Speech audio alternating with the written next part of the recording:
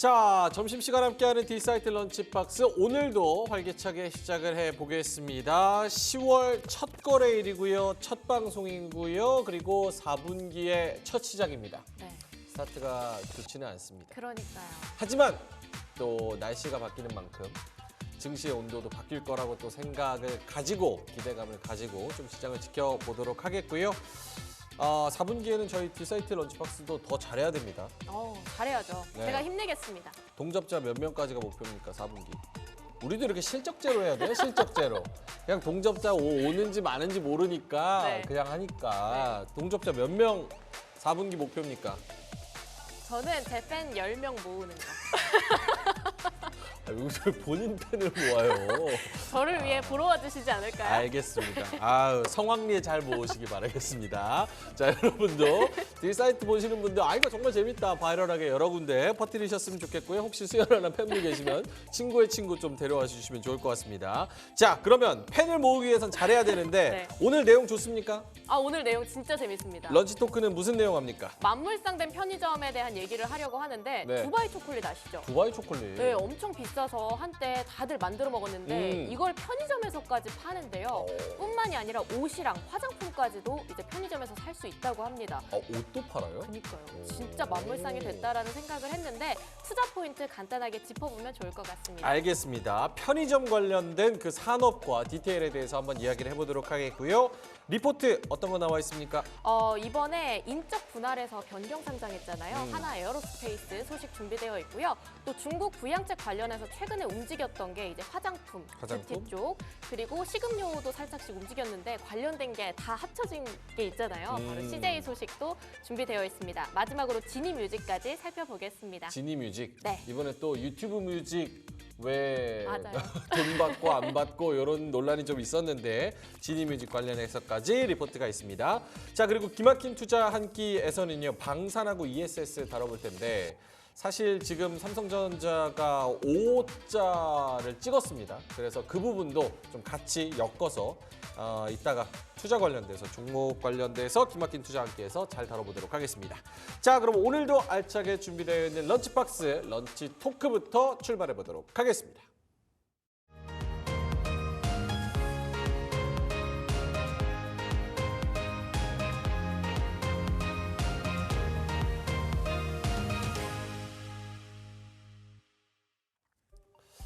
자, 두 분과 오늘 나눠볼 내용은요. 만물상된 편의점 없는 게 없다. 편의점이 정말 동네 옆에 만물상으로 변하고 있습니다. 두 분과 함께 이야기 나눠보죠. YMG 글로벌의 박종훈 팀장님 그리고 경제 유튜버 돈쌤 정현두님 나와 계십니다. 두 분 어서 오세요. 자, 오늘은 편의점 관련된 이야기인데 확실히 1인 가구가 크게 증가하면서 편의점 매출도 많이 늘어나고요. 또 편의점 점포 수도 어마어마하게 늘어나고요. 근데 편의점 주가는 네, 편의점에 안 파는 게 수익이죠. 이제 주가 빼고는 다 팔고 있습니다. 수익률은 없더라. 수익률은 없다. 없는 건 없는데 이것까지 할인해 줄 줄은 몰랐다. 알겠습니다. 자, 그래서 뷰티, 패션, 식품 등등 여러 가지가 있는데 편의점 관련된 이야기를 좀 해보겠습니다. 두 분 어떻게 편의점 자주 이용하십니까? 이게 자주 이용한다라는 개념이 아닌 것 같고요. 거의 필수 소비재를 이제 다루는 곳이니까 그렇죠. 우리가 꼭 갈 수밖에 없는 그런 곳인데 물론 최근에는 사실 많은 체크카드나 신용카드를 통해서 교통카드 같은 게 다 이제 후불 교통카드가 다 탑재가 되어 있잖아요. 네. 그 카드에. 근데 과거에는 많은 이런 교통카드를 꼭 충전하기 위해서 맞아요. 무조건 또 편의점에 들려야 되는 뻑가충.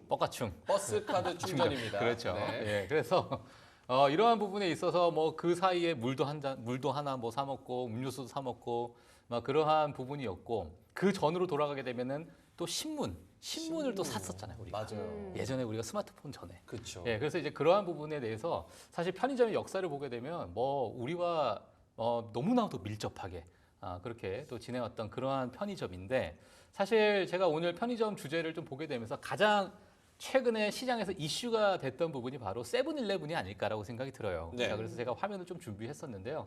아마 지금 이 방송을 보시는 분들은 최근 한 몇 주 전에 또 네. 세븐일레븐이 어디에 인수된다라는 아마 그런 뉴스를 좀 보셨을 겁니다. 네. 자, 그래서 캐나다 편의점 대기업이죠. 알리멘타시옹 쿠시타르 아마 뭐 조금 생소한 그런 기업이라 보실 수 있을 것 같은데 캐나다에서 좀 이제 자리를 잡고 있는 대기업이다, 편의점 대기업이다 보시면 될 것 같은데요. 최근에 세븐일레븐에 운영하고 있는 세븐앤아이 홀딩스, 자, 이 세븐일레븐을 내가 인수하겠다, 자, 이런 제의를 했어요. 근데 그 인수가가 56조 원입니다. 56조면 팔만한데? 괜찮죠? 예. 근데 세븐일레븐은 무슨 소리 하고 있는 거냐 지금? 우리가 56조 원밖에 안 돼? 우와. 거절했어요. 오. 예, 자, 그러한 이야기들이 좀 있다 보니까 이제 편의점에 대해서 아마 잠깐 동안에 야, 이 세븐일레븐 하나의 기업 가치가 56조 원인데도 이게 거절을 했구나. 네. 자, 그런 뉴스를 아마 최근에 좀 보셨을 거라고 생각이 들어서 네.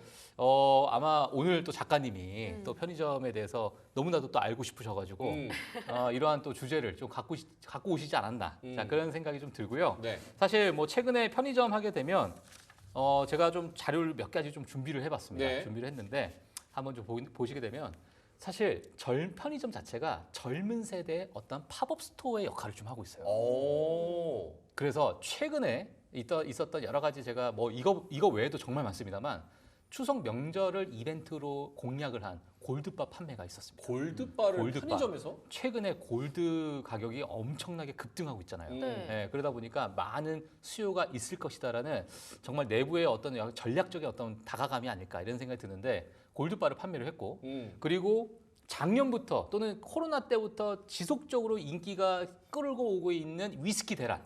예, 물론 최근에 약간 주춤하고 있습니다만 100만 원대, 200만 원대. 그러니까 편의점에서는 도저히 우리가 보기 힘든 그러한 가격대의 위스키 대란이 있었고 지금도 그게 현재 진행형이다 이렇게 보시면 될 것 같고요. 또 외국인들이 K-팝 앨범을 또 살려고 편의점을 가고 있고 오. 최근에 치킨 한 마리가 25,000원, 뭐 3만 원까지 올라가고 비싸요. 있는 상황에서 여러 대형 마트 또는 편의점에서는 또 만 원대 한 마리당 만 원대 치킨을 먹을 수 있는 그러한 부분도 있고 또 최근에 두바이 초콜릿, 뭐 포켓몬빵 뭐 다들 아실 거라고 생각이 들고요. 그리고 도시락, 그 편의점 도시락 요즘에 엄청 잘 나와요. 엄청 잘 나와요. 네. 저 하루에 한 끼는 무조건 편의점 도시. 아, 맛있어요. 진짜요? 네. 네, 너무 맛있고 그리고 거기 뭐 냉동 과일도 너무 맛있게 나오고 디저트도 달라. 달라요. 너무 이제 많은 요리사분들도 사실 지금 편의점에 있는 디저트를 극찬하고 있는 상황입니다. 자, 그래서 이런 상황을 봤을 때 이 행보들 우리가 무시할 수 없다. 팝업 스토어의 역할을 하고 예, 있다. 팝업 스토어의 역할을 하고 있다. 실제로 그 구찌 핸드백도 편의점에서 팔았어서 남자들 사이에서 난리가 났었어요. 이거 반대하면서. 왜냐면 데이트 비용 아끼려고 여자친구 이렇게 편의점 데려갔다가 거기에 이제 눈 돌아가가지고 오빠 우리 곧 기념일 아니야? 이거 판매하면 안 된다. 뭐 기념일에 고치면 싸게 가는 거 아닙니까? 그렇습니까? 데이트 시게 하시네요. 요즘은 네. 이제 그것도 인플레이션이 좀 심하다고 많이 들었고 우리 때는 그런 게 없었죠. 우리 때는 그런 게 없었는데 이제 요즘은 좀 그렇다고 좀 들었는데 왜 이렇게 놀라시는지. 알겠습니다. 그래서 팝업 스토어의 역할을 또 하고 있고 아까 세븐일레븐 말씀을 잘 주신 게 일본에서 네. 이 세븐일레븐을 안판이 56조 원이면 되게 높게 평가해서 사겠다고 한 건데 국가 기관 산업이다 이거는. 그러니까 동네마다 하나씩 있는 기관 산업의 역할을 하고 있기 때문에 요게 해외 손에 넘어간다면 일본 전체가 무슨 위기 상황에 빠졌을 때 안 좋은 현상이 나타날 수 있다. 이런 좀 배경도 좀 깔려 있었던 것 유통 같습니다. 인프라죠. 예, 유통 인프라. 어떻게 돈쌤님도 편의점 잘 이용하시고 잘 아시는지. 일단 제 주변에 편의점을 제일 많이 가는 이유는 담배 때문인 것 같은데. 네. 예. 근데 저는 이제 끊은 지가 20년이 넘어가지고. 네. 근데 편의점은 뭐 가야겠다기보다는 그냥 뭘 사야 되면 그냥 편의점이잖아요. 맞아요. 뭔가 커피 한 잔을 사기 위해서 뭐 그 대형 마트를 가진 않으니까. 그래서 근데 편의점이 제가 아마 부산에서 살았는데 네. 중학교 때부터 이제 퍼지기 시작했었거든요. 제 기억으로는. 그때 센세이션이 이제 컬처 쇼크가 이제 컵라면을 거기서 즉석에서 먹을 수 있는 거. 네. 예전에는 이제 부식집에서 끓여주는 거였잖아요. 모르시는구나. 이게 또 50대 이야기라 가지고. 50대 이야기. 이제 내려놓으셨군요. 예, 50대라 가지고 네. 조금만 더 가면 이제 버스카스 충전이 아니라 이제 네. 토큰이 나오는. 토큰. 엽전처럼 엽전처럼 묶어가지고. 토큰 이야기는 네. 토큰 이야기는 수염을 더 기르고 나오셔야 돼요. 잠깐 써본 적이 있는 것 같아요. 어릴 때 저런 거 한번 내보고 싶다 이런 생각을 해본 적이 있었는데 네. 그때 이제 일단 그리고 카세트 테이프 같은 것도 그때는 카세트 테이프. 그때는 음반점이 다 따로 있었잖아요. 그래요? 근데 거기서도 팔기 시작하고 네. 그러니까 그 지금의 복합 쇼핑몰의 좀 그 미니멀한 버전으로 충격을 좀 줬던 기억이 나는데 그리고 최근에는 저 같은 경우는 커피 때문에 많이 갑니다. 커피. 예. 근데 이제 커피를 좋아하시면 그 예전에는 이제 편의점 커피라는 게 그냥 카페인이 필요해서 맛보다는 그냥 싼 맛에 카페인 충전을 하기 위해서 갔는데 지금은 커피 머신이 별다방하고 거의 같은 브랜드 걸 씁니다. 그렇죠. 예, 그러니까 이거는 가성비뿐만이 아니라 가격을 떠나서도 맛도 괜찮아요. 그래놓고 그러니까. 900원 받으니까. 네, 가끔 뭐 1,500원 뭐 이렇게 하다가 뭐 무슨 페이 무슨 할인이 있으면은 900원도 하고 막 그런 식이다 보니 이제 스타벅스 같은 거를 이용할 때는 매장을 가는 것이고 그게 아니면 여기로 가는. 그래서 지금 모든 게 사실 편의점에 다 있지 않습니까? 우리나라가 약간 좀 극단적인 것 같아요.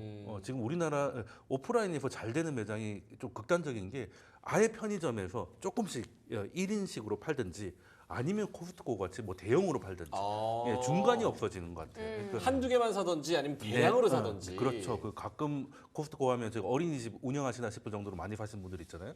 예, 그런 분들은 그렇게 하시고 그냥 1인 소비하시는 분들은 이제 편의점으로 가고.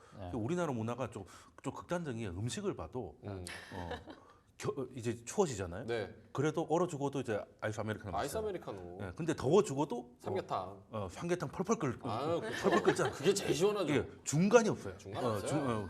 그래서 제가 보기에는 유통도 중간이 없다. 음. 그래서 대형마트가 지금 힘들어진 것도 중간에 약간 낀 거다. 아. 예, 전통시장은 의외로 버티고 있는 게 약간 푸드코트화된 것 같아요. 그러니까 시장에 가면 먹으러 가지 뭘 사진 않는 것 같아요. 네. 예, 그런 식으로 해서 하나의 자리는 잡았는데 문제는 마진이 높지가 않아서 주가가 좀 슬프다. 라는 게 있죠. 마진 한 3%막 이렇게 나오는 것 같던데. 그렇죠. 점주님들도 고민이 많은 게 지금 임금이 빨리 오르고 있잖아요. 시간당 8만 원 정도 매출이 나오지 않으면 그 알바비를 벌기도 쉽지 않다 이런 하소연도 많이 하시고.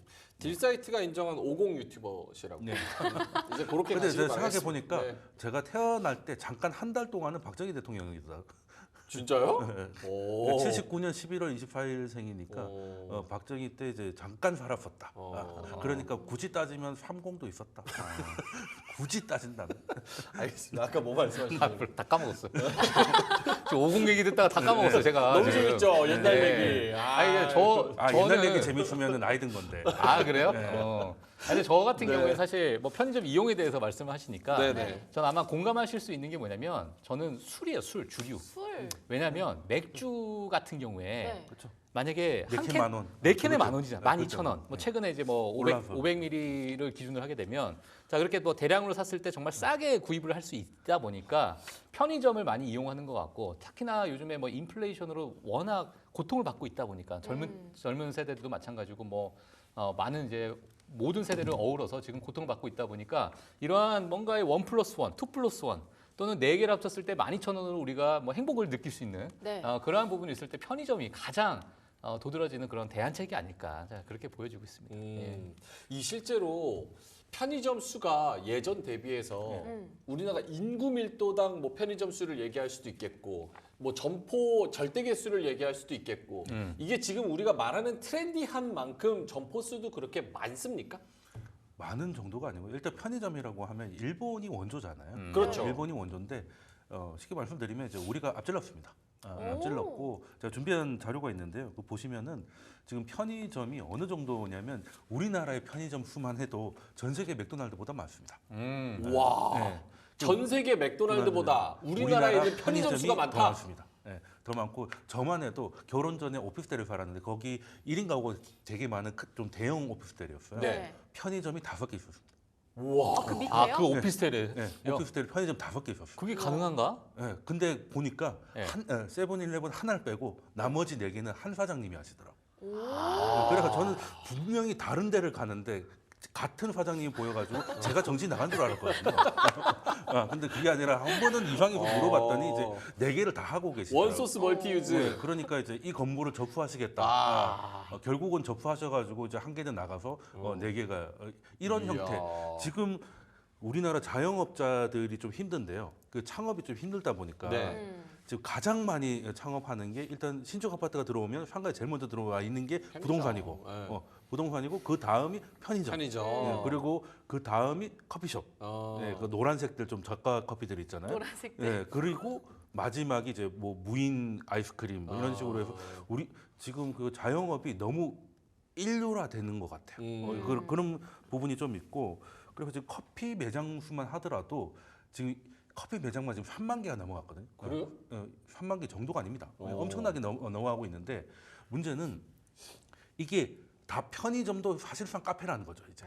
그러니까 이게 다 과잉 경쟁 체제예요. 편의점에도 커피를 팔고 저가 브랜드에서도 커피를 팔고 그래서 지금 요즘 신축 아파트의 모습은 이렇습니다. 맞네요. 아, 캠퍼스 다 커피입니다. 커피, 벤티 커피, 다 있다 진짜. 메가 그게 커피. 노란색들 많이 있죠. 파란색도 있고. 근데 건너편에는 또 이제 백다방 뭐 이런 것들이 또 한 3개 더 있습니다. 그러니까 지금 한국 사람들이 커피 들어오기 전에 어떻게 살았나 싶을 정도로 예, 커피가 수입된 지가 그렇게 오래되지 않았거든요. 맞아요. 그렇죠. 예, 그게 50대였나? 그게 수입 자유화가 50인가요? 40인가요? 그때 커피가 가베라 그랬죠. 가베. 그때는 60이다. 60. 고태우 시절에 이제 우리도 올림픽 한다고 해서 맞죠. 그 전에는 이제 믹스 커피만 미군에서 나온 거 먹었잖아요.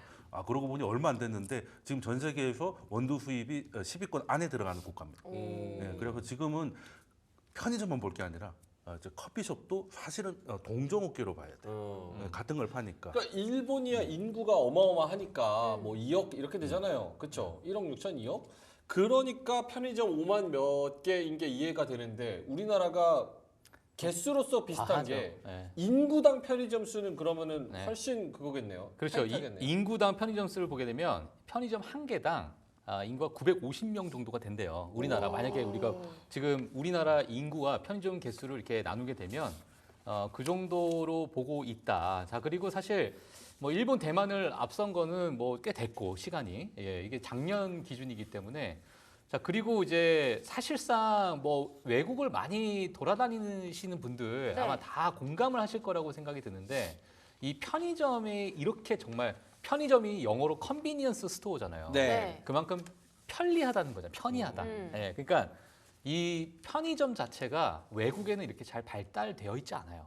그러니까 일본과 대만, 한국 외에는 제가 뭐 최근에 유럽을 잠깐 갔다 왔는데 네. 유럽에서도 편의점 보기가 정말 힘듭니다. 편의점 보기가 정말 힘들고 제가 이제 과거에 이제 미국에서 잠깐 이제 살았을 때도 사실 이제 그 지역마다의 큰 마트가 있는데 물론 편의점도 있긴 하지만 우리나라처럼 이렇게 정말 알차게 그 안에 있는 내용물이 꽉꽉 차 있는 그런 편의점 정말 좀 쾌적한 편의점을 보기가 상대적으로 좀 쉽지는 않다. 예, 그러다 보니까 약간의 아시아권에 있는 어쩌면 외국인들이 아시아에 와서 특히나 한국이나 일본에 와서 편의점을 자주 찾아가서 뭔가 구경을 하는 그러한 부분은 이 한국과 대만, 일본에 조금 집중돼 있는 그러한 문화가 아닐까라는 생각도 또 들기도 해요. 실제로 예. 그 외국에서 이제 우리나라나 일본이나 대만에 여행 온 관광객들한테는 이제 편의점이 하나의 관광 코스예요. 맞아요. 네. 바로. 예, 네. 그리고 레시피가 아예 있습니다. 그래서 오늘 같은 경우는 이제 이란 관련 이슈를 할 거라고 제가 밤새 했는데 갑자기 그 편의점을 한다고 했을 때 왜 그럴까 했더니 저는 강력하게 의심하는 게 이제 그 흑백 요리사 때문이 아닐까. 작가님이 그 영향을 받으신 거 아닐까. 라는 미션이 있었죠. 예, 전 네. 나름대로 제가 이스라엘하고 막 검색하고 있는데 네, 갑자기 편의점이 맞습니다. 딱 나오더라고요. 정확하게 보셨어요. 네, 그래서 근데 이제 거기를 봐도 네. 지금 편의점으로 뭔가를 만드는 게 사람들이 환호하는 게 어. 편의점 레시피는 편의점이 근처에 있으니까 금방 할 수 있잖아요. 예, 그리고 실제로 맛있기도 하고. 예, 그래서 거기 있는 것만 가지고 또 할 수 있는 그런 게 있고 지금 편의점이 또 좋은 게 사실상 10,000원 이하로 식사를 할 수 있는 곳은 편의점밖에 남지 않았습니다. 맞아요. 맞아요. 그러니까 이제는 좀 돈을 아끼는 것도 있고 새로운 재미도 있고 그리고 외국인 입장에서는 이렇게 돼 있는 데가 없어요. 그러니까 외국 매장이라고 하면 우리 알잖아요. 넓게 펼쳐져 있고 그렇죠. 코스트코 같은 데인데 여기에 무너질 정도로 쌓아놓고 좁은 데다가 온갖 것들을 다 파는 게 그게 그 사람들한테는 되게 신기한 거죠. 그들한테 거기서 그렇게 했다간 망하겠죠. 근데 여기 서니까 그게 가능한 거잖아요. 좀 색다른 이국적인 문화다. 그렇죠. 그러니까 이 한국에 왔다, 아시아에 왔다는 느낌을 딱 받기 위해서. 그래서 일단 인천공항에 오면 레시피가 유명한 게 있습니다. 커피 그 짜 마시는 커피 있잖아요. 네네. 바나나 요즘 우유. 편의점에서 히트한 것 중에 제가 제일 대박이라고 생각했던 게 얼음컵입니다. 얼음컵 네. 진짜 잘 팔리죠. 예, 그거. 그거는 없을 때 어떻게 팔았을까 싶을 정도인데 그게 나와서 지금 이제 그 커피 캔이 잘 안 팔리거든요. 이제 그 예전에는 냉동 차가운 건 다 그렇게 마셨는데 거기에다가 이제 커피를 붓고 이제 다른 것들을 좀 첨가해가지고 많은 레시피들을 만들어 먹어요. 제일 쉬운 게 그냥 커피에다가 뭐 바나나 우유만 섞어 먹어도 약간 흑당 라떼 같아. 한번 해보세요. 괜찮아요. 해봐야겠다. 헤이즐넛 커피에다가 헤이즐 커피에다가. 바나나 우유를 섞어요. 네. 그러면 그렇게 그게 시원하게 마시면 되게 맛있어요. 그거를 먹으려고 외국에서 오는 사람도 있어요. 네. 진짜. 그래요? 바나나 우유를 그거를 구하기가 힘드니까. 예, 그래서 오시는 분들도 그래서 있고. 인천공항에서 짐 빼고 나면 네. 삼각김밥 하나 들고 그거 먹으면 한국에 왔다는 이제 세레모니. 드디어 왔구나 내가 여기. 저는 얼음컵에 소주 넣어서 물린 척하면서 마시거든요. 예, 그것도 하나의 슈퍼 방법이죠. 하이볼 같은 네. 거죠. 하이 되는 거니까. 그리고 저는 또 이번 편의점이 너무너무 중요한 게 뭐냐면 네. 사실상 지금 우리나라 K컬처라고 얘기를 하는데 뭐 K팝도 있지만은 K푸드가 정말 난리 나잖아요. 사실 맞아요. 지금 뭐 미국의 월마트에서도 뭐 불닭볶음면이 다 들어가고 사실 그거의 근원지가 편의점이에요. 왜냐하면 냉동 김밥 그리고 불닭볶음면 네. 아주 대표적인 그런 K푸드 자체가 그 외국인들이 편의점에 와가지고 또는 지인을 통해서 야 뭐가 맛있냐 또는 뭐를 내가 좀 재밌게 먹을 수 있냐라고 네. 했을 때 편의점에서 우리가 쉽게 즐길 수 있는 것들이 외국에 좀 퍼져나가고 네. 이게 또 K푸드로 연결이 되고 뭐 일부의 기업들은 그런 부분에 매출 성과를 또 이루고 주가도 올라가고 네. 예, 그런 부분이 있기 때문에 음. K푸드는 아마 편의점이 근원지가 아닐까 예, 이렇게 보고 한 있습니다. 20분 넘게 떠들었는데 다들 자기 먹는 거 자랑만 하고 네. 알맹이가 하나도 없네. 아니, 뭐 편의점에 먹지 뭘 하겠습니까? 야, 알맹이 한번 먹어야죠. 찾아줘요. 아, 네. 점포스 관련된 네. 얘기를 해볼까요? 치열한 경쟁을 CU하고 GS25에서 막 열심히 펼치고 있다라고 네. 얘기를 하는데 매출액과 관련해서 이러한 편의점 열기가 앞으로도 계속될 수 있을지 관련해서 좀 궁금한데요. 네, 일단 뭐 표를 한번 보도록 하겠습니다. 네. 지금 최근에 편의점 우리나라에서 빅2라고 볼 수 있는 편의점 두 기업이라 보시면 될 것 같은데 CU와 GS죠. 예, 근데 지금 뭐 보시게 되면 점포 수만 먼저 좀 보도록 할게요. 지금 뭐 경쟁을 하고 있는 상황이고 지금 상황에서 특히나 작년 기준으로 보게 되면 CU가 점포 수는 조금 많다 이렇게 보시면 될 것 같은데 사실 과거에는 거의 비슷비슷했습니다. 2019년 같은 경우에는 GS25가 훨씬 약간의 소폭 좀 앞서는 모습이 있었는데 최근에 네. CU가 크게 이제 확장되는 모습. 만약에 이 점포수가 많이 확장이 되다 보니까 매출 또한 지금 많이 급상승을 하고 있는 모습인데요. 2023년 기준으로 봤을 때 지금 CU 같은 경우는 8조 1,948억 달러, 8억이고요. 억 원이죠. 야, 그리고 지금 GS25G 같은 경우에는 8조 2,457억. 그러니까 뭐 지금의 어떤 매출 성장률을 봤을 때는 어마어마하네요. 어마어마하죠. 거의 뭐 지금 연평균 성장률이 약 한 8%, 10% 정도로 매출 성장은 물론 늘어나고 있지만 그 안에 영업이익률을 우리가 또 따로 우리가 또 이제 봐야 될 부분이지만 최근에 이러한 편의점에 대한 부분 그리고 편의점이 갖고 있는 여러 잠재력이 있죠. 그러니까 그 안에 어떤 물품을 어떤 식으로 마케팅을 하느냐에 따라서 이 매출 자체가 확 올라가기도 하고 그 부가적인 또 수익 창출이 할 수 있기 때문에 자, 이 부분은 아마 2024년, 2025년까지도 특히나 인플레이션에 대해서 고통받는 사람들을 위해서 자, 이런 부분이 더 좀 각광받지 않을까 저는 그렇게 보고 있습니다. 예. 돈쌤께도 요즘 경기가 안 좋아지고 있으니까 앞으로 편의점 더 잘 나갈 수 있지 않을까요? 일단 뭐 매출은 늘어나고 있는데 이게 주가가 지금 신통치 않은 이유는 그 매출보다 이제 미래 전망이 이제 의심받고 있다는 것이죠. 그러니까 우리가 이제 일본에서 이제 교훈을 얻을 수 있는데 제가 준비한 거 말씀 보시면은 한국은 지금 빠르게 점포 수가 늘어나고 있습니다. 근데 일본은 예전부터였다가 조금씩 내려오고 있어요. 그럼 사실은 일본 인구 우리가 2배가 넘지 않습니까? 그렇죠. 그리고 경제 규모가 한 4배라고 봤을 때 그러면 여기까지가 한계라고 보는 거죠. 일본도 5만 5천 개에서 더 이상 성장을 하지 못했다. 그러면 우리가 이제 앞으로 성장할 수 있는 룸을 다 땡겨 써버린 게 아닌가라는 의심을 받고 있는 것이죠.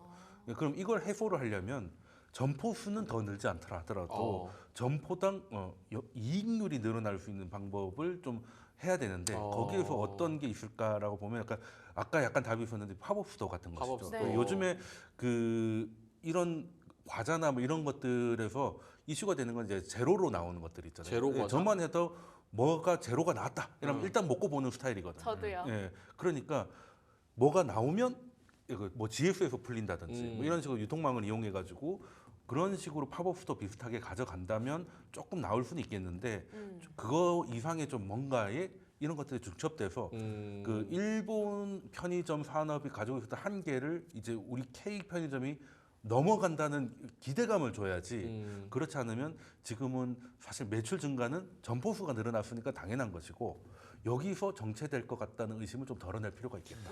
아니, 너무 좋은 말씀을 해주신 게 결국 마진을 높여야 되는 게 얘네의 그쵸? 숙명이다. 네. 그래서 팝업이나 트렌디함 이런 거는 많이 따라가려고 하는데 거기서 또 맹점은 뭐냐면 CU가 최근에 GS를 따라잡은 거는 팝업 스토어를 적극적으로 열어가지고 두바이 초콜릿이나 무슨 사와 맞아. 무슨 뭐 술이나 뭐 이런 것들을 잘 해서 하는데 문제는 뭐냐면 마케팅 비용이 너무 많이 든다는 거예요. 남는 그러니까 게 팝업을 하는 만큼 유명해지고 이게 브랜드 인지도 올라가는데 그래도 마진이 얼마 안 남는다. 그래서 고민이다. 결국은 이게 장기 성장할 수 있을까 이런 고민이 좀 드는데 박종훈 팀장. 예.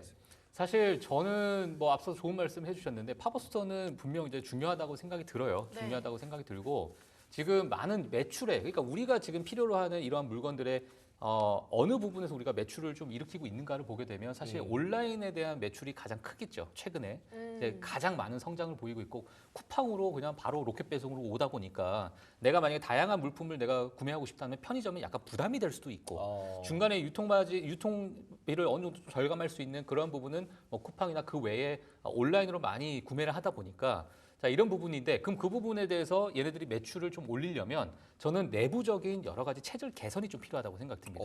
그 중에 하나가 팝업 스토어는 중요하지만 네. 저는 가장 좀 저도 이제 외국에 많이 왔다 갔다 하면서 가장 이 부분이 아쉬웠던 부분이었어요. 이 아쉬웠던 부분인데 바로 편의점에서 가장 필요한 품목이 바로 최근 들어서는 저 의약품이라고 생각이 들거든요. 의약품. 네.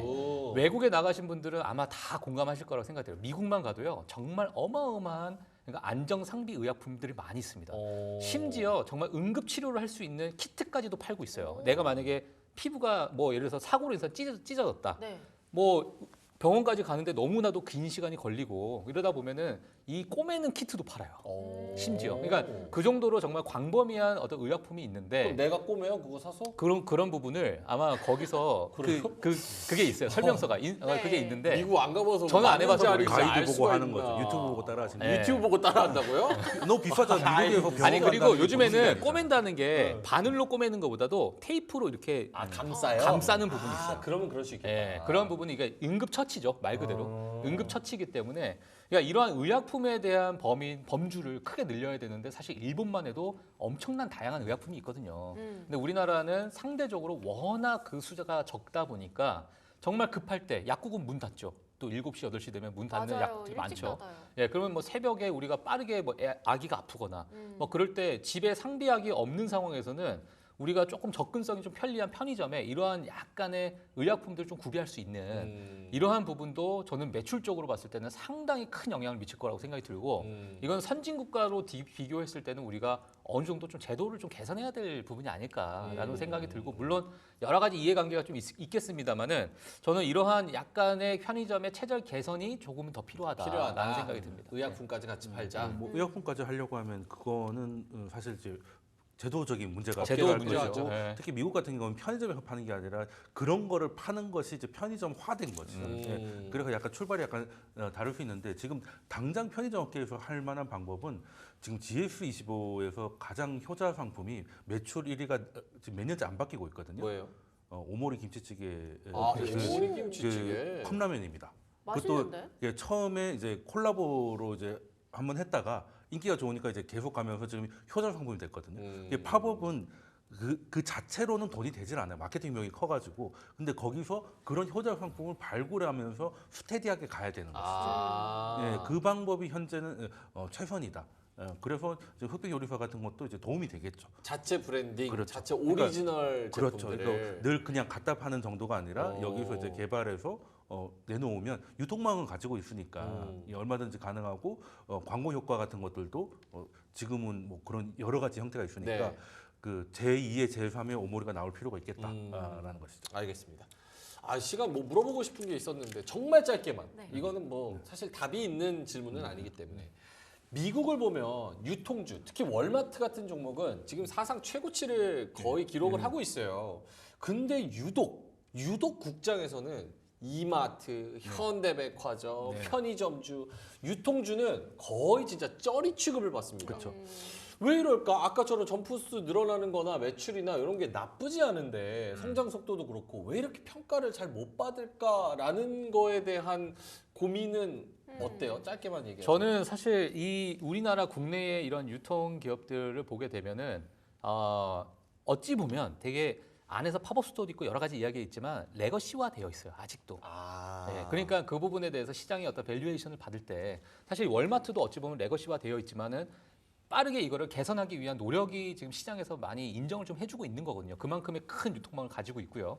자, 그리고 이제 뭐 전 세계 가장 큰 또 유통 기업이기 때문에 또 소매 기업이기 때문에 그러한 이제 밸류에이션 받는 상황이고, 근데 우리나라 같은 경우에는 일부 어떤 독점적인 체제가 좀 이제 뭐 가속화되다 보니까 이러한 어찌 보면 이러한 약간 오프라인의 이러한 레거시 정도 이런 기업들에 대해서 시장의 평가가 글쎄 이게 정말 계속 더 성장할 수 있을까라는 그러한 의구심이 아직은 시장에서 좀 있는 것 같습니다. 오케이. 네, 그래서 그런 부분은 한번 참고하시면 될 것 지금 같습니다. 이제 월마트 주가가 좋은 거하고 우리나라 유통주가 나쁜 거는 좀 다르게 해석을 해야 되는 게 월마트 같은 경우는 그래도 어느 정도 매출과 이익이 지켜지거든요. 그래서 지금 미국이 경기 둔화 혹은 침체에 대한 우려가 있기 때문에 이럴 때는 그냥 고만고만하게 이 정도 버는 회사가 프리미엄을 받게 돼 있는 거예요. 경기 방어주 역할로서. 근데 한국 같은 경우는 그게 경기 방어가 아니라 초민감주가 돼 있는 거죠. 지금 우리나라 소비 구조가 아까 편의점도 나왔지만 매출이 늘어나고 있습니다만 그건 인플레이션 때문에 좀 매출만 높아진 효과가 좀 있어요. 그래서 판관비 이런 걸 빼고 나면 지금 영업이익은 마이너스로 넘어갔거든요. 네. 예, 그러면 당연히 주가가 좋을 리가 없을 것이고, 그리고 우리나라의 소비 트렌드가 지금 말씀드렸다시피 여기서 국내에서 정말 잘 안 쓰다가 아니면 온라인 아니면 해외로 나가요. 예, 이런 상황에서는 월마트처럼 이 매출에 대한 인정을 받기가 어려운 지금 소비 구조가 구조 변화가 있었던 것이죠. 예, 그러다 보니까 지금 우리나라 유통주는 유통을 하면 안 되겠구나 이런 생각을 만들게 하는 거죠. 알겠습니다. 투더리스멈님께서 오늘 이 형들 마음에 안 들어. 수습누나 분량이 없어. 이렇게 팬이 또 와가지고 말씀을 하셔서 마무리는 우리 수연 아나운서가 잘 해주시면 좋을 것 같은데요. 제 1호 팬한테 감사하다는 네. 말을 먼저 던지면서 한마디, 오늘 팀장님 준비해온 한마디부터 들어볼까요? 예, 사실 뭐 편의점 오늘 뭐 주제가 편의점이었는데 K푸드의 근원지는 편의점이었다. 네. 자, 그래서 앞으로 뭐 정말 제2의 불닭볶음면, 뭐 제2의 냉동김밥이 또 안 나올 리 없지 않습니까? 예, 그래서 그러한 부분에서 또 우리가 투자 아이디어를 다 같이 좀 생각해 보시면 어떨까 싶습니다. 돈쌤님은요?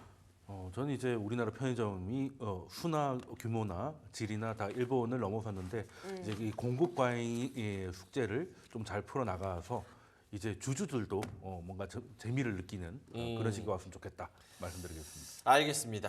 자, 그러면 오늘 요 영상 제목은 돈쌤님 말씀하신 대로 흑백 요리사는 왜 편의점 음식을 선택했을까 이렇게 제목을 아니에요. 달고 어그로가 좀 크네. 네, 내용은 전혀 그러니까 상관없지만 제목으로 어떻게 묻어가려는 의지가. 네. 그게 아니라 그게 유튜브 세계죠. 네, 저는 다르게 원래 그렇습니다. 편의점은 50부터. 알겠습니다. 자, 그러면 오늘 편의점 산업에 관련해서 여러 가지 이야기들을 나눠봤고요. 유통주, 주식도 좀 많이 오를 수 있기를 기대하면서 오늘은 여기서 마무리하도록 하겠습니다. 경제 유튜버 돈쌤 정현두님 그리고 YMG 글로벌의 박종훈 팀장님과 함께했습니다. 두 분 고맙습니다.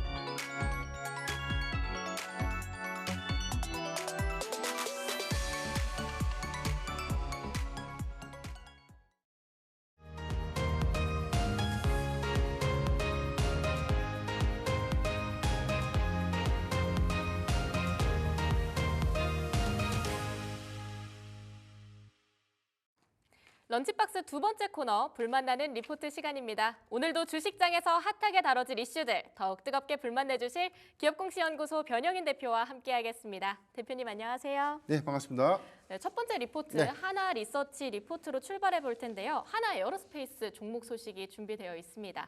최근에 거래 정지 이후에 인적 분할하면서 변경 상장을 했는데 네. 이게 과연 하나 에어로스페이스한테는 호재라고 봐야 될지 살짝 시장 반응은 애매한 것 같아요. 긍정적으로 바라봐야 할까요?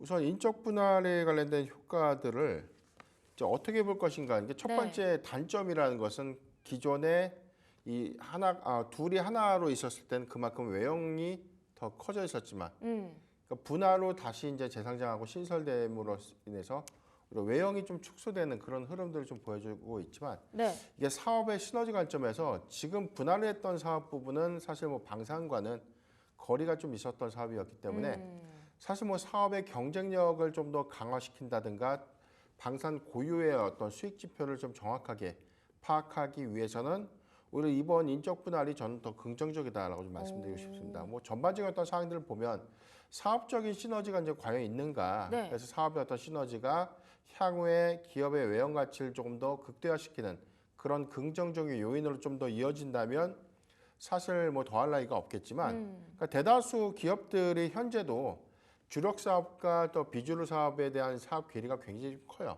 그러니까 주 사업과 좀 관련이 없는데 같은 사업 안에서 좀 영위하고 있는 기업들이 굉장히 좀 많고 네. 이런 부분들은 사업을 좀 재편하는 과정. 그래서 경쟁력 관점에서 계속해서 어떤 사업의 어떤 비슷한 유형끼리 그룹 안에서 통폐합을 한다든지 기존의 어떤 이 사업 부분에 대한 경쟁력을 좀 더 강화시키기 위해서 분할 신설을 한다든지 뭐 그런 것들이 계속해서 좀 이어졌는데 하나 에어로스페이스의 경우에는 뭐 반도체 부분의 사업을 분할해서 지금 방산 부분에 관련 고유 영역을 좀 더 확장시키고자 하는 어떤 의지가 좀 컸기 때문에 네. 외형 축소에 관련된 우려감들은 좀 제한적이다라고 좀 말씀드리겠고요.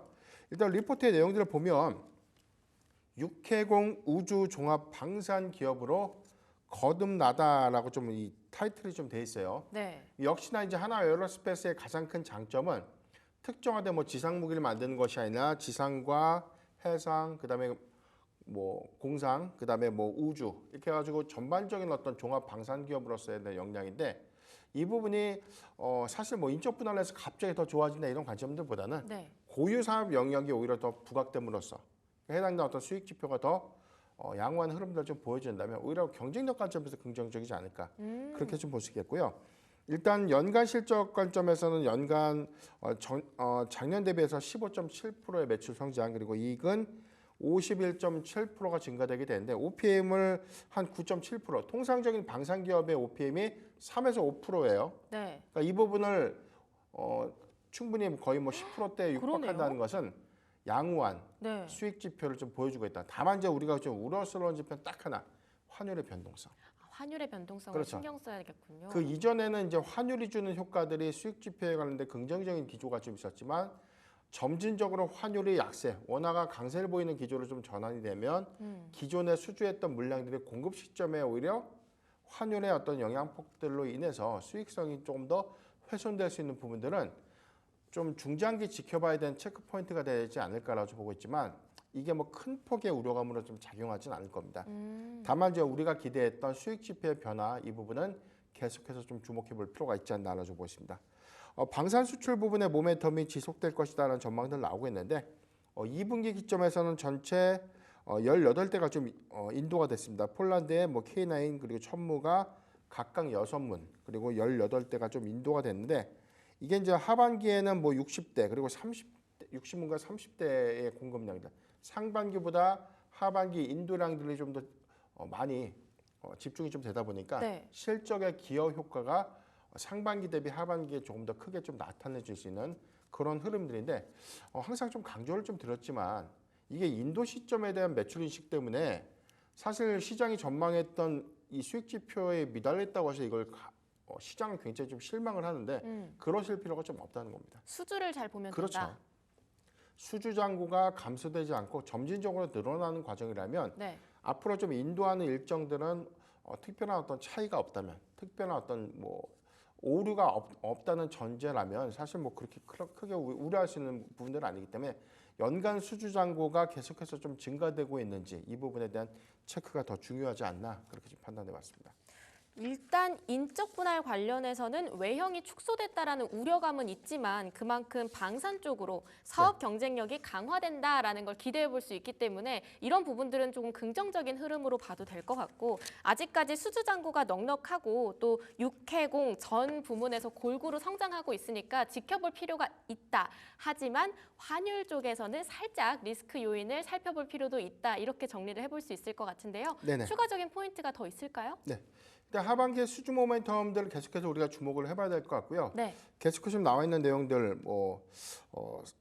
세 번째 장 보면 투자 포인트 분석 코너가 좀 있어요. 여기 보면은 첫 번째 동사는 K9 자준포 그리고 천무의 다연장 로켓 그리고 레드백 장갑차 천공투의 발사대 이게 있는데 이 부분에 대한 폴란드 잔여 계약 물량 308대에 대한 추가적인 공급 이슈 그다음에 베트남의 K9에 대한 이 도입 여부 그리고 유럽과 중동, 남미의 레드백 장갑차입니다. 이 부분은 뭐 호주가 먼저 공급될 것이다라는 이야기 계속해서 나오고 있지만 네. 사실 저는 이 부분은 좀 시간 문제다라고 좀 보고 있기 때문에 사실 레드백에 대한 공급량들 이 부분이 더 중요하다라고 좀 볼 수 있겠고요. 여기 대해서는 이제 가장 큰 부분 추진 장약 스마트 팩토리에 대한 관련된 시설 투자가 있었는데 추진 장약은 우리가 좀 흔히 이야기하는 탄약이에요. 그러니까 우리가 이제 이 총에 들어가는 이 탄피 안에 들어가는 탄약이라고 하죠. 네. 이제 미사일에 들어가는 탄약. 이런 탄약에 관련된 수요가 전체적으로 러시아 우크라이나 전쟁 이전까지만 하더라도 한 연간 7만 개 캐파였는데 내년도 기점에서는 70만 발. 그리고 2027년도까지 110만 발을 양산할 수 있는. 그래서 종합적인 어떤 무기에 들어가는 주요 핵심 이 탄약에 관련 공급량도 점진적으로 더 늘어나갈 수 있는 시설 투자는 외형 확정이라는 관점에서 굉장히 좀 긍정적이다. 이 부분도 계속해서 주목해보자라고 좀 말씀드렸습니다. 과연 종합 방산 기업으로 앞으로 쭉 더 성장할 수 있을지 계속 기대하면서 지켜볼 만한 것 같습니다. 첫 번째 리포트 한 줄 평 열어볼게요. 네, 육해공 우주 방산 기업 수주도 육해공 우주라고 정리를 해드리겠습니다. 두 번째 소식으로 CJ 소식이 준비되어 있습니다. 유안타에서 정리한 리포트인데요. CJ는 뷰티, 헬스케어, 식음료 이렇게 최근 움직이고 있는 친구들 사이에 다 발을 담그고 있잖아요. CJ 올리브영 그리고 CJ 푸드빌 매출 전망 어떻게 보고 계신가요? 네, CJ는 항상 뭐 이전 우리가 리포트에서도 언급을 했는데 좋은 건 다 하는 기업, 시장에서 핫한 거는 다 하는 기업이다라고 해서 상반기의 실적 기대 요인들이 굉장히 좀 컸었고 다만 지난 5월 16일 주가가 15만 2,900원 대비해서 최근에 10만 원대 초반까지 11만 원대 초중반까지 주가가 좀 살짝 좀 내려오는 감이 있기 때문에 일단 성장성에 관련된 정체 부분 또는 이제 수급이 조금 더 정체가 되는 네. 수급의 어떤 유입이 둔화된 흐름을 좀 보인 것은 아닌가라는 우려감도 나오고 있는데 사실 이 부분은 좀 시장의 전반적인 어떤 투심 영향이다라고 좀 볼 수 있겠고요. 그러니까 실적 기조는 2분기에 이어서 3분기 그리고 4분기에도 비교적 견고한 흐름이 좀 예상되지 않나라고 좀 말씀드렸습니다. 먼저 이 리포트 제목을 보면 꺼지지 않는 성장 엔진이라고 좀 언급을 했는데 역시나 뭐 두 개 잘 사죠. CJ 올리브영과 CJ 푸드빌의 실적 약진 그리고 이게 상반기의 일시적인 부분들이 아니라 오히려 하반기 그리고 내년도에 더욱더 기대 요인들이 좀 많다는 관점을 주목해볼 필요가 있다라고 좀 말씀드렸고요. 내용을 보면요. 외형의 고성장 그리고 수익성 개선이 당분간 지속될 예정이다. 현재 성장을 견인하는 방한 외국인 수의 증가, 즉 인바운드 수요가 계속해서 좀 증가되고 있는데 외국인이 방문을 하면 이제 면세점을 가서 화장품을 구매하는 것이 아니라 한국의 CJ 올리브영 매장 가서 여기서 우리가 흔히 아는 뭐 인디블이라든가 일단 가성비템으로 많이 이제 구매를 좀 하고요. 가성비와 기능성을 좀 겸비한 그런 화장품들의 어떤 수요라든가 판매량들이 계속해서 좀 증가되는 원인들 이 부분을 좀 주목해볼 필요가 있는데 네. 여기 대해서는 화장품 이외에 뭐 식품이라든가 주류, 뭐 미용 의료기기, 미용기기 뭐 이런 것들까지에 대한 판매량들이 증가되고 있다는 것은 이 오히려 이 제품의 포트가 다변화되면서 오히려 판매량들이 좀 더 증가될 수 있는 요인으로 좀 이어지고 있다는 점 그리고 플래그십 매장들이 계속해서 좀 점포의 수를 좀 더 늘리는 그런 네. 과정에서 외형 성장이 좀 더 가파르게 이어질 수 있다라고 좀 언급을 했습니다. 여기에 대해서는 뭐 일본 법인 설립 그리고 일본과 향후 미국의 진출이 좀 더 가시화가 된다면 올리브영의 오히려 약진은 올해가 아니라 앞으로가 좀 더 기대될 수 있는 요인들이 있기 때문에 해당된 성장을 좀 더 주목해 볼 필요가 있겠고요. 두 번째, 이 CJ 푸드빌의 경우에는 미국 안에서에 대한 베이커리 시장의 성장률. 내년 2분기에 이 양산을 좀 앞두고 있는 공장의 어떤 가동이 좀 앞두고 있는 베이커리 공장이 미국 내 어떤 진출이라든가 공급에 관련된 어떤 확장성들이 이어진다면 오히려 수익 지표가 좀 더 개선될 수 있는 시즌은 올해보다는 내년도에 대한 기여 효과가 좀 더 크지 않을까? 이 점도 주목해 보면 좋지 않을까라고 말씀드렸습니다. 진짜 강남에 있는 올리브영 가면 외국인들 엄청 많습니다. 또 CJ 푸드빌도 미국 쪽에서 활약을 펼치고 있다고 하니까 이 부분을 좀 기대해 보면 좋을 것 같고요. 마지막으로 시간이 좀 없어서 짧게 주주환원책 관련한 얘기도 준비되어 있는 것 같은데요. 네네. 일단 주주환원 정책이 지금 가장 좀 아쉬워요. 실적도 좋고 앞으로에 대한 성장 기대감 다 좋은데 한 가지 이번에는 CJ가 모든 계열사가 코리아 밸류업 지수에 포함된 이름을 전혀 뭐 올리지 못했어요. 너무 아쉬웠어요. 그런데 주주환원 정책을 과연 어떻게 할 것인가 한다 이야기가 있지만 여기서 뭐 구체화된 어떤 주주환원 정책에 관련된 이야기들이 나오고 있지 못했던 점이 굉장히 좀 아쉽기 때문에 아마 이런 부분들이 최근 어떤 주가 상승을 좀 다소 억제시키는 요인이 아닌가라고 보기 때문에 주주환원 정책 4분기 정도에는 좀 가셔야될 내용이 좀 발표되지 않을까라고 보기 때문에 4분기까지는 좀 체크해보자. 만약에 4분기에도 내용이 없으면 글쎄요 CJ에 관련된 어떤 의문들, 투자자 불만들이 좀 더 커질 수 있는 구간이 아닐까라고 좀 판단해봤습니다.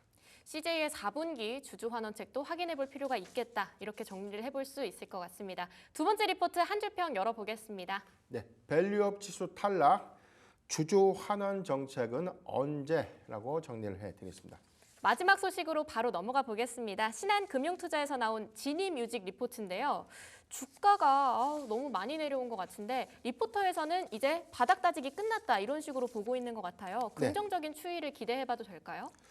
우선 지니뮤직의 경우에는 뭐 최근에 우리가 이 음원 플랫폼을 좀 주력을 하는 기업들, 뭐 특히나 뭐 멜론도 있겠고요, 지니뮤직 같은 이런 기업들이 구글의 이 유튜브 프리미엄 구독을 하게 되면 여기에 뭐 음원을 무료로 좀 제공한다. 이게 뭐 음원의 끼워 팔기 논란으로 인해서 현재 뭐 공정의 어떤 제재 여부를 좀 검토하고 있는 단계고요. 아마 이게 이번 달 안에 좀 발표가 된다라는 이야기 좀 나오고 있는데 일단 수치상으로 보면 이용자의 급감은 맞습니다. 멜론의 경우에도 전반적으로 한 40% 정도 이용자 수가 좀 이탈을 좀 했고요.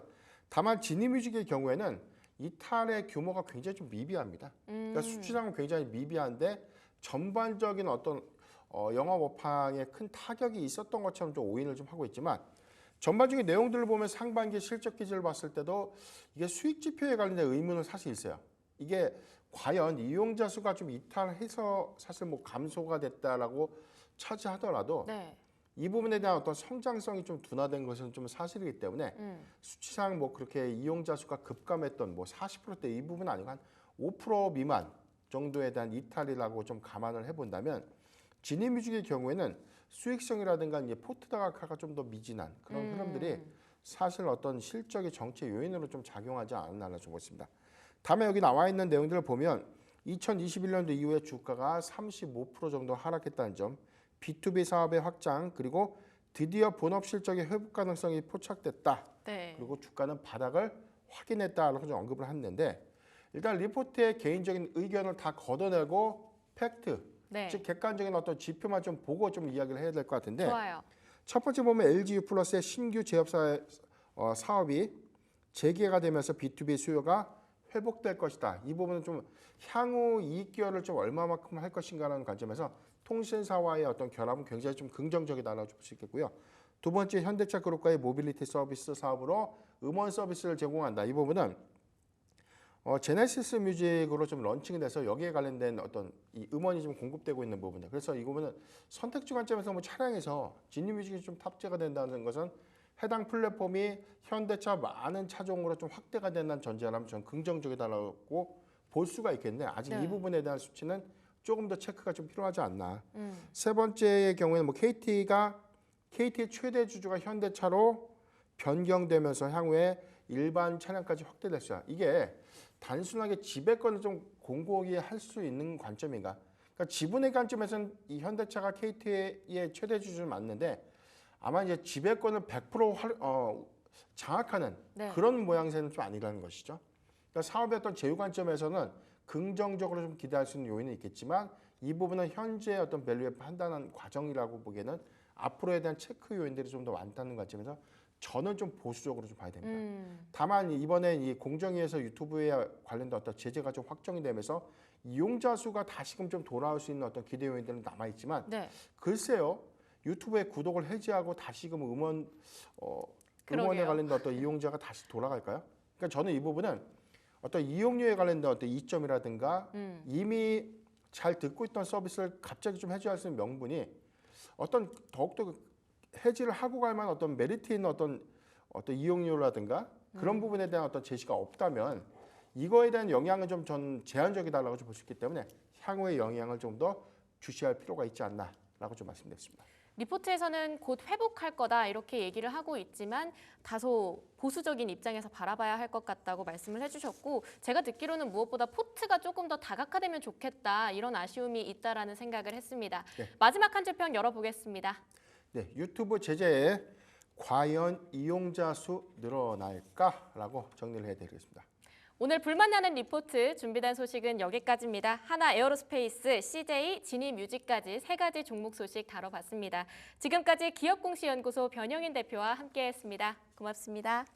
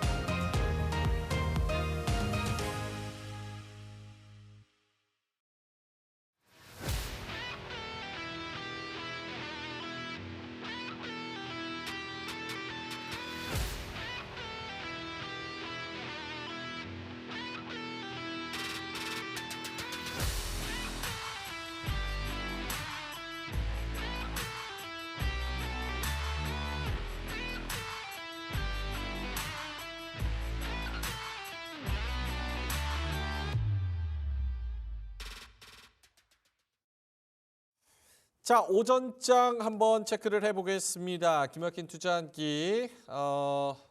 시장이 그래도 반등을 좀 꾀하고 있습니다. 9시 반 10시 기점으로 조금 올라와 줘서 지금 코스피는 0.44%까지 낙폭을 좀 줄였고요. 1.5% 예상 체결 지수부터 시작을 했는데 그래도 낙폭을 좀 줄이고 있습니다. 외국인의 매도는 조금 늘어나서 2,900억 정도 마이너스긴 하지만 어쨌든 낙폭을 줄이고 있다는 건 긍정적이고요. 코스닥은 양전했습니다. 0.3% 플러스 이렇게 진행이 되고 있습니다. 삼성전자도 6만 원 깨졌다가 6만 1,600원까지 빨강색을 다시 켜게 됐고요. 2차 전지주들이 오늘 나쁘지 않습니다. LG엔솔도 그렇고 LG화학 그리고 포스코 퓨처엠 이런 종목들이 그래도 시장을 좀 받쳐주는 그런 상황이 되고 있습니다. 코스닥 쪽의 시장이 분위기가 훨씬 더 좋은데요. 에코프로, BM 에코프로 3, 4% 오르고 있고요. 알테오젠도 3.3%, 나머지 그런 제약바이오 종목들도 살짝 힘을 내주려고 하는 움직임이 나오고 있습니다. 자, 두 분 모셔서 한번 이야기를 나눠보죠. 이지스탁의 이지은 대표님 나오셨고요. 신한투자증권의 황유현 팀장님 나와 계십니다. 두 분 어서 오세요. 네, 안녕하십니까. 분위기가 그래도 나쁘지는 않은 것 같습니다. 이게 10월 4분기를 시작하는 첫 거래일에 대한 기대감인지 생각했던 것보다는 나쁘지 않은지 혹은 이렇게 페이크를 주고 또 오후에 패대기를 칠지 알쏭달쏭 자신감이 좀 없는 시장인데 황효인 팀장님 어떠세요? 네. 알쏭달쏭 할 때는 뭐 결국은 돈의 흐름을 좀 보면 됩니다. 네, 되는데 지금 어쨌든 이번 주 퐁당퐁당 연휴이기도 하고요. 네. 그렇다 보니까 매수세가 당연히 제한적일 수밖에 없겠죠. 그리고 또 중동에서 분쟁도 있고 하다 보니까 아마 매수 버튼에 선뜻 손이 나가기는 어려울 겁니다. 다만 제가 처음에 이제 돈의 흐름을 보자라고 말씀드렸는데 최근에 외국인들이 코스피, 코스닥 현물 시장에서는 썩 좋지는 않아요. 그죠? 근데 선물로 한번 눈을 돌려서 보면 네. 9월 26일 날 1조 정도를 샀고요. 만기약 정도를 샀고요. 거의 1조 수준이죠. 1조 수준 샀고 만기약을 샀고요. 코스피 150 선물을 보면 지금 한 9거래일 연속 순매수입니다. 코스닥 선물에서는.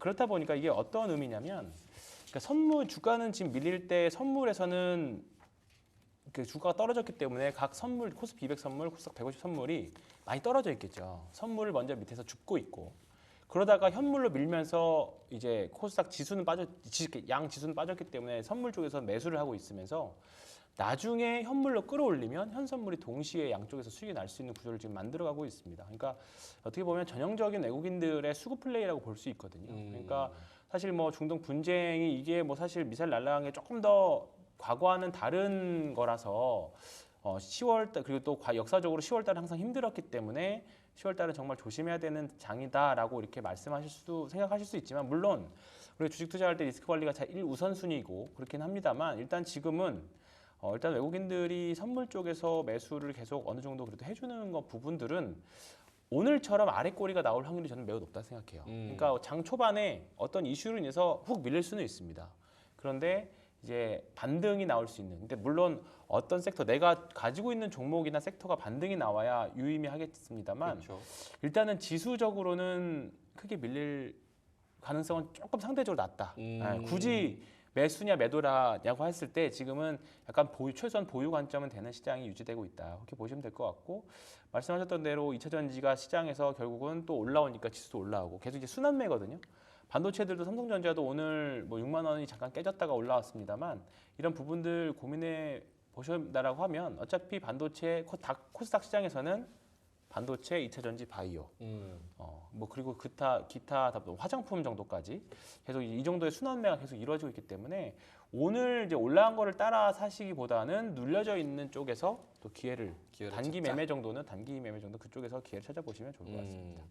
이지은 대표님도 시장 코멘트를 조금 들어보자면 네, 일단 투자자들의 심리가 굉장히 좀 위축이 될 수밖에 없는 상황인 것 같은데 지금 어제 연휴 때도 뉴스가 하나 나왔는데 올해 수익률을 이제 주요국을 이제 통계를 내봤을 때 우리나라가 전쟁 중인 러시아보다 더 뒤처지면서 꼴찌를 기록을 했더라고요. 그래서 그걸 보면서 좀 걱정이 많이 되었는데 일단은 우리나라 같은 경우에는 지금 가장 중요한 건 외국인의 매수세가 좀 돌아와야 되지 않을까라고 수급적인 측면에서 좀 받쳐주는 흐름들이 없다 보니까 상대적으로 체질이 약하고 항상 어떠한 이슈가 있었을 때 굉장히 큰 변동성을 보인다는 생각이 드는데 일단 그런 외국인의 매수세가 좀 이제 유입이 돼야 되지 않을까라는 생각을 하고 있고요.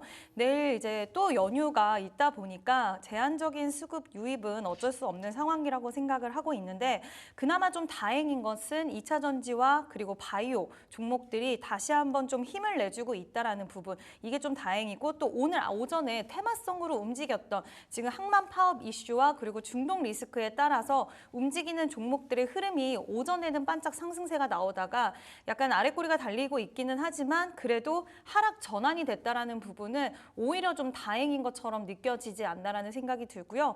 내일 연휴이기 때문에 오늘 뭐 매수를 굳이 뭐 공격적으로 하실 필요는 없겠지만 저도 앞서서 팀장님 말씀처럼 지금은 매도 의견보다는 보유의 의견으로 저도 똑같이 좀 일축할 수가 있을 것 같고 다만 내가 좀 그동안 스트레스를 받았던 종목이 의외의 상승세가 나온다라고 한다면 그때는 좀 욕심을 부리시기보다는 차익 실현을 하셔서 종목을 다시 한번 이제 또 실적 시즌이 도래하는 만큼 실적주 위주로의 좀 포트폴리오 재편도 필요하지 않을까라고 좀 이야기를 드리고 싶습니다.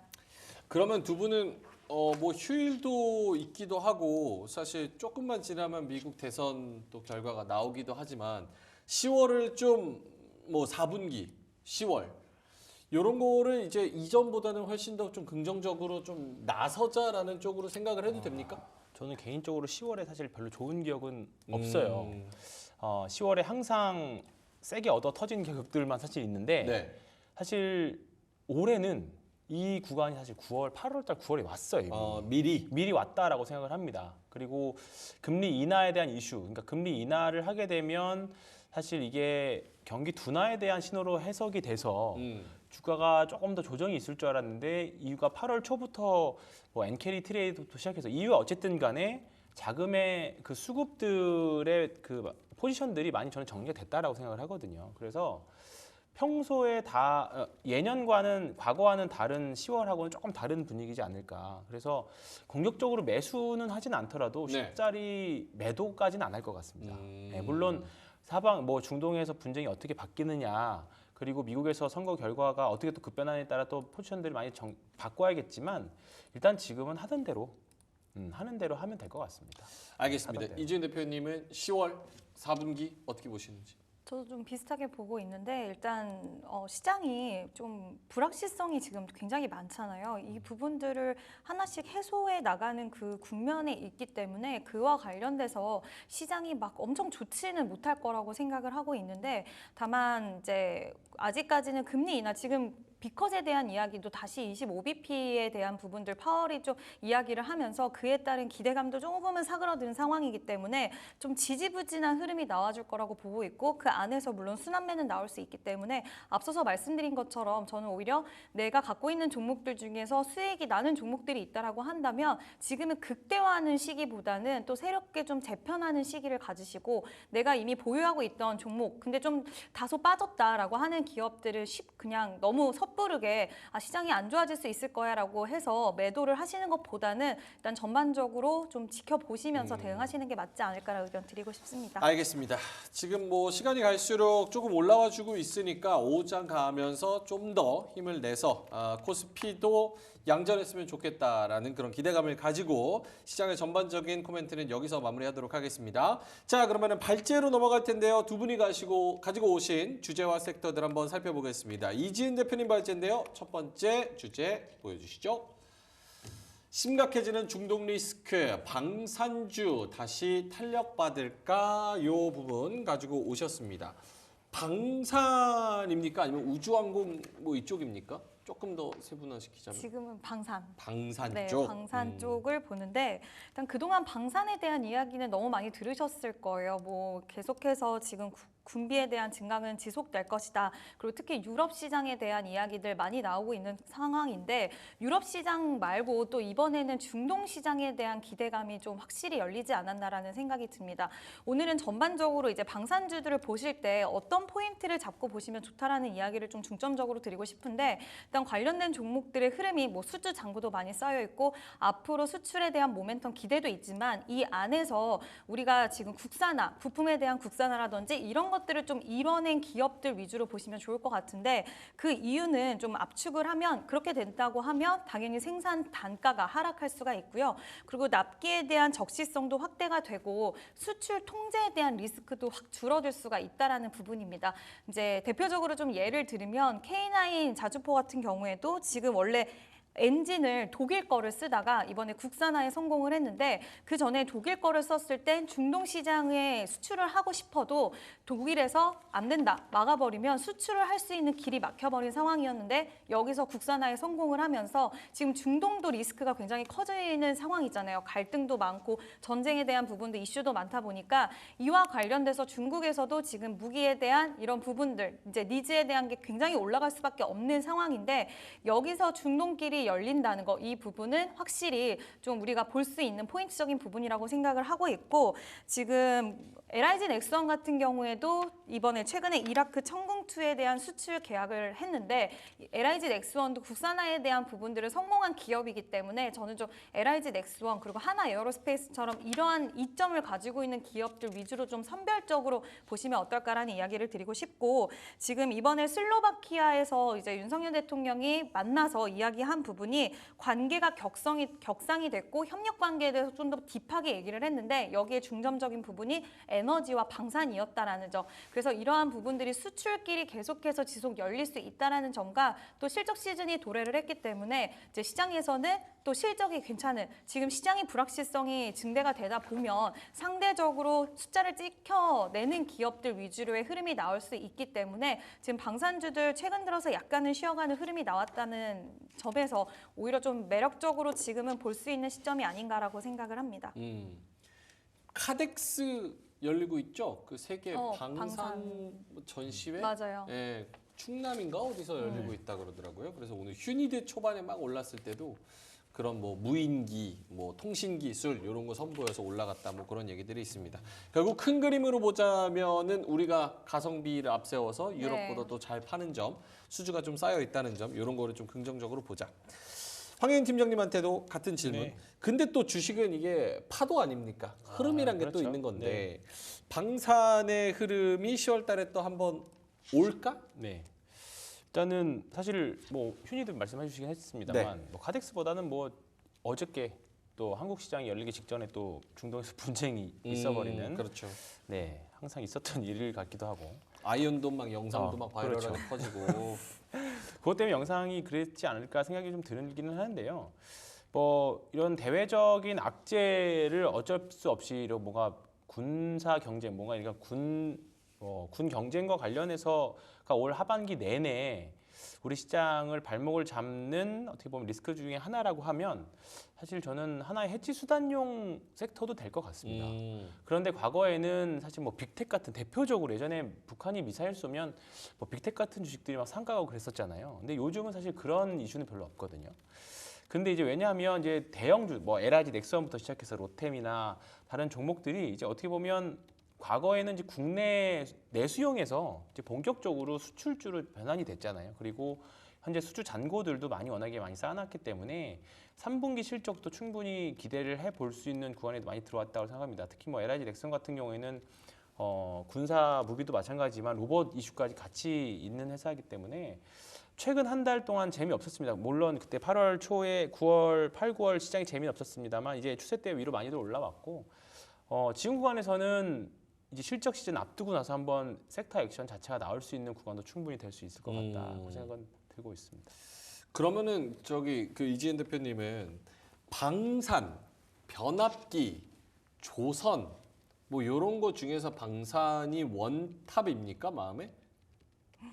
저는 방산하고 전력기기 가 두 개가? 괜찮게 보고 있어요. 너무 넓히시는 거 아니에요? 둘 중에 하나는 안전하게 가려고.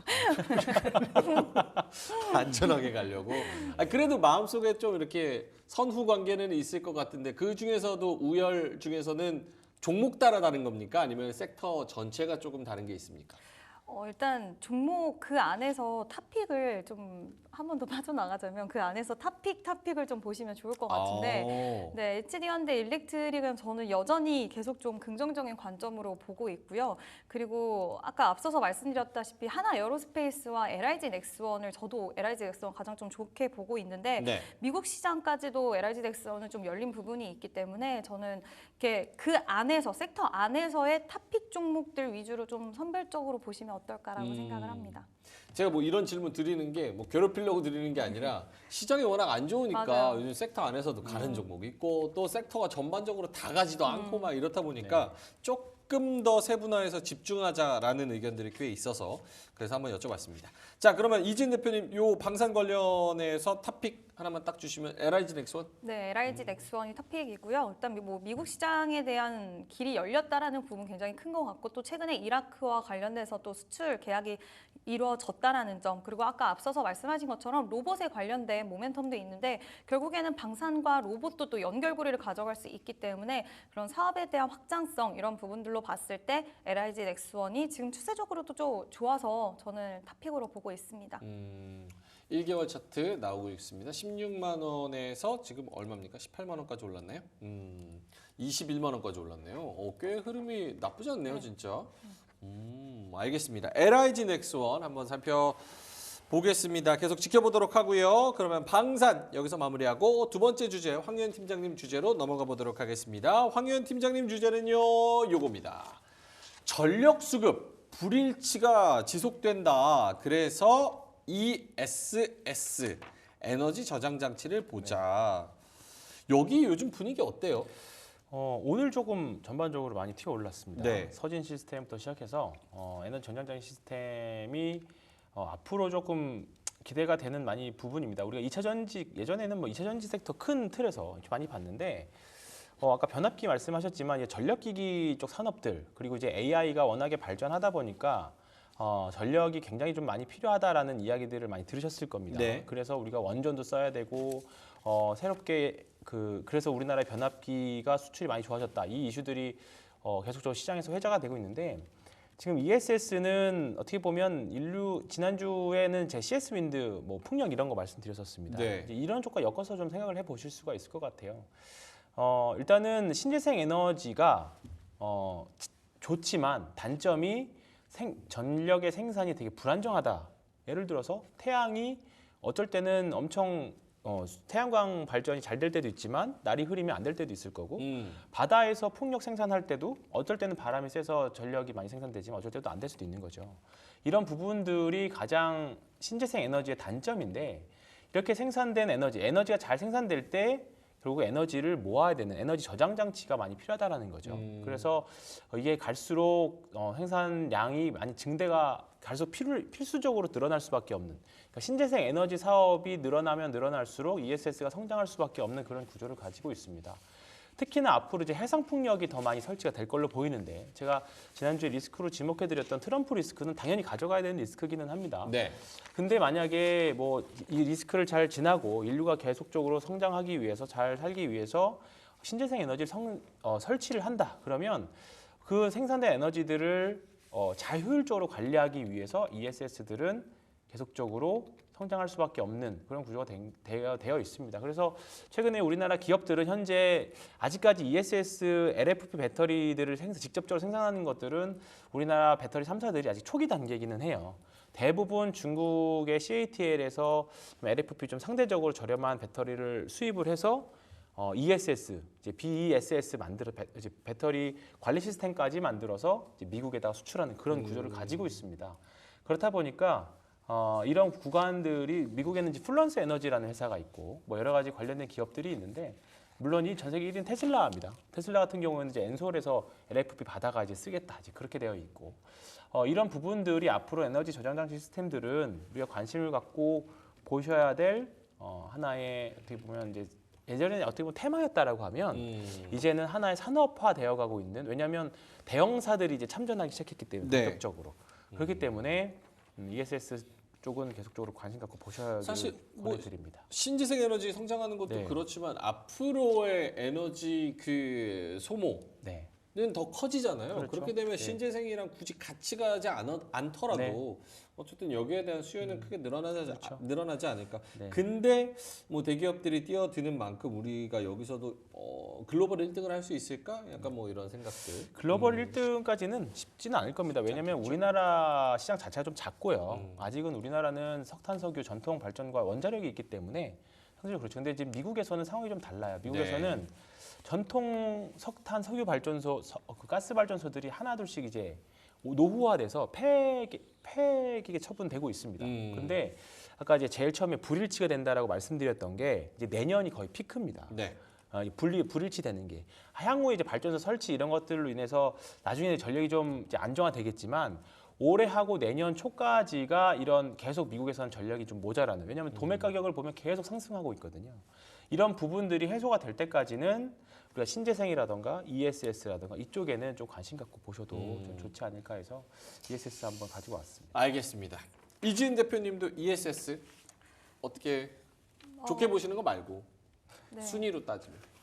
순위로요. 네. 근데 지금 관련된 종목들의 흐름을 보면 서진 시스템, 뭐 한중 NCS, 일단 P&T 이런 종목들이 흐름이 상대적으로 굉장히 좀 좋은 것 같아요. 특히 한중 NCS는 또 실적도 잘 나오는 기업이고 P&T도 마찬가지로 그래서 관심 있게 보시면 진짜 좋다라는 생각이 들고요. 일단 2분기 때 테슬라의 실적에도 우리가 좀 느낄 수 있었지만 지금 테슬라 인도량에 대해서는 2분기 굉장히 좋지 않았는데 감소하는 부분 보였지만 ESS 쪽 사업 부분이 굉장히 좀 잘 나왔어요. 그래서 그때부터 ESS가 더 부각을 받기 시작을 했는데 일단 미국에서도 지금 ESS 시장을 전반적으로 그걸 잡고 있는 거는 중국이거든요. 근데 이제 미중에 대한 갈등이 더 격화가 되다 보면 우리나라가 그 틈새 시장을 파고들 수 있다라는 부분들이 또 하나의 새로운 미래적인 측면에서 봤을 때 좀 가능성과 그리고 기대할 수 있는 부분이라고 생각을 하고 있고 지금 전기차 배터리 수요는 크게 늘고 있진 않긴 하지만 ESS 수요는 정말 크게 눈에 띄게 많이 늘어나고 있는데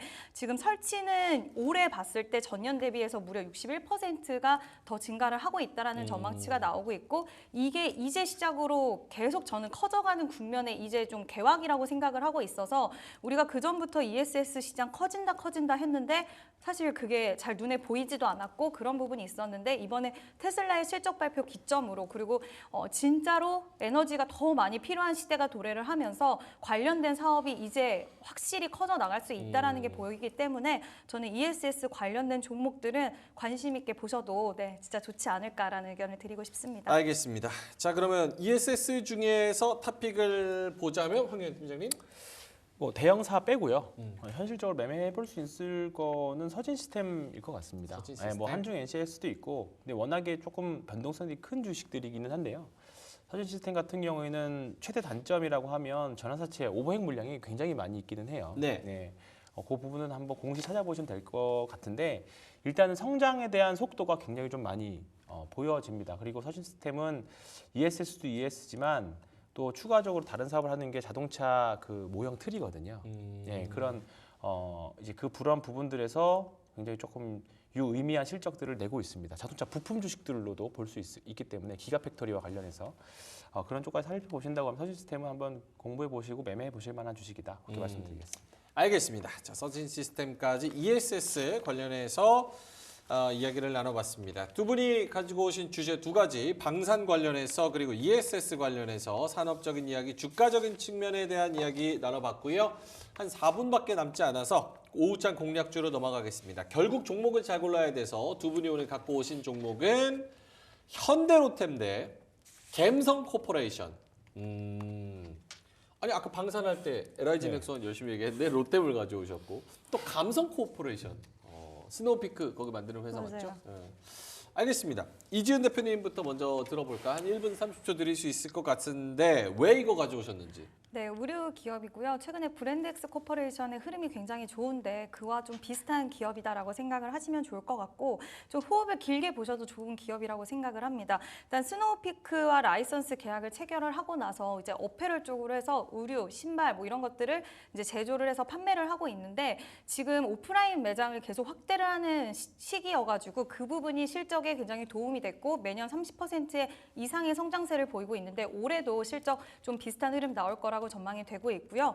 또 기대해 볼 수 있을 만한 포인트는 지금 이제 내년부터 본격적으로 해외 시장을 공략을 한다는 건데 올해 이제 일본을 이제 매점을 좀 내면서 점포를 내고 일본 시장을 공략을 시작을 했는데 그동안 중국 쪽 시장도 계속 진입을 하려고 하다가 이제 차이나 법인이랑 부딪히는 부분이 있어서 못했는데 그게 올해 하반기 때 좀 해결이 될 수 있다라는 전망이 나오면서 내년에 대만, 중국, 홍콩 이렇게 해서 중화권을 좀 잡겠다라는 그런 계획을 가지고 있고 일본과 중화권 그리고 동남아시아까지의 시장을 좀 확대시키려는 그런 스케줄들이 좀 굉장히 마음에 들었고 그리고 주주 환원에 대해서 4분기 때 좀 확실하게 이야기를 하겠다라고 했는데 그 전에 밝힌 부분들을 보면은 굉장히 좀 친화적인 이야기들을 미리 좀 깔아놓기는 했어요. 근데 구체화되는 로드맵이 4분기쯤에 나온다라는 거. 그래서 밸류업 관련돼서도 좀 기대해 볼 수 있고 물론 시장에서 지금 밸류업 관련주들이 뭐 부각을 많이 받고는 있지 못하지만 이런 감성코퍼레이션이 이번에 4분기 때 좀 그런 이야기들을 하면서 주주 환원에 대한 부분들 좀 기대할 수 있다라는 거 좀 참고를 해주시면 좋을 것 같고 좀 압축적으로 말씀을 드리면 지금 의료 관련된 종목들 시장에서의 관심도가 높아진 상황이고 또 실적에 대한 기대감 그리고 해외 시장 글로벌 시장의 확대 이런 부분들을 좀 생각을 하셔서 포인트를 잡고 관심 있게 보시면 좋을 것 같습니다. 가격 전략 한번 들어볼까요? 네, 일단은 가격은 그럼에도 불구하고 지금 약간은 박스권에 좀 갇혀 있는 모습들을 최근에 좀 보여줬기 때문에 예. 가격은 좀 보수적으로? 좀 잡아드리도록 하겠습니다. 그렇죠. 일단 삼성 코퍼레이션 지금 매수가는 현재가 부근으로 해서 매수를 진행하시면 될 것 같고요. 이제 목표가는 4,000원? 4,000원, 목표가는 4,000원 잡아드리고 손절가는 3,300원으로 제시해드리도록 하겠습니다. 알겠습니다. 감성코퍼레이션 가격 전략까지 말씀을 드렸고요. 황교안 팀장님의 오후장 공략주 현대로템입니다. 한 1분 드릴 수 있을 것 같은데 투자 포인트는요? 네, 방산주 중에서 가장 실적 여부를 떠나서 가장 강력한 추세를 보여주고 있는 회사입니다. 실적도 상당히 수주도 가시권에 있는 회사고요.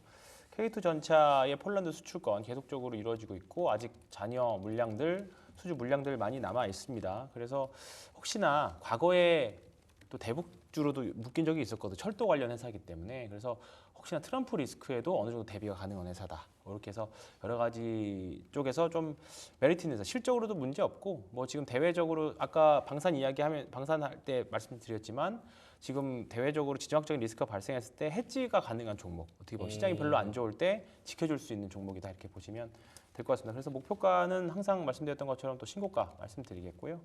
매수가는 지금 가격도 충분히 괜찮다 생각합니다. 알겠습니다. 현대로템 관련해서 52주 신고가, 손절가 마이너스 5%. 오늘 얼마예요, 현대로템? 지금 54,400원입니다. 54,400원. 네, 오늘 800원 정도 올랐습니다. 제가 몇 주 전에 좀 네. 샀었거든요. 네. 샀다 팔았다 했었습니다. 네. 로템. 자, 알겠습니다. 자, 그러면 여기서 마무리를 좀 하도록 하겠습니다. 두 분과 함께 저는 인사를 드릴 텐데요. 오후장에 좀 파이팅 할 수 있는 그런 오늘 또 수요일이 되기를 바라겠고요. 점심 맛있게 드시고요. 저희는 내일 쉬고 금요일 날 활기차게 또 돌아오도록 하겠습니다. 저희는 이만 여기서 물러갑니다. 오늘도 함께 해주셔서 대단히 고맙습니다.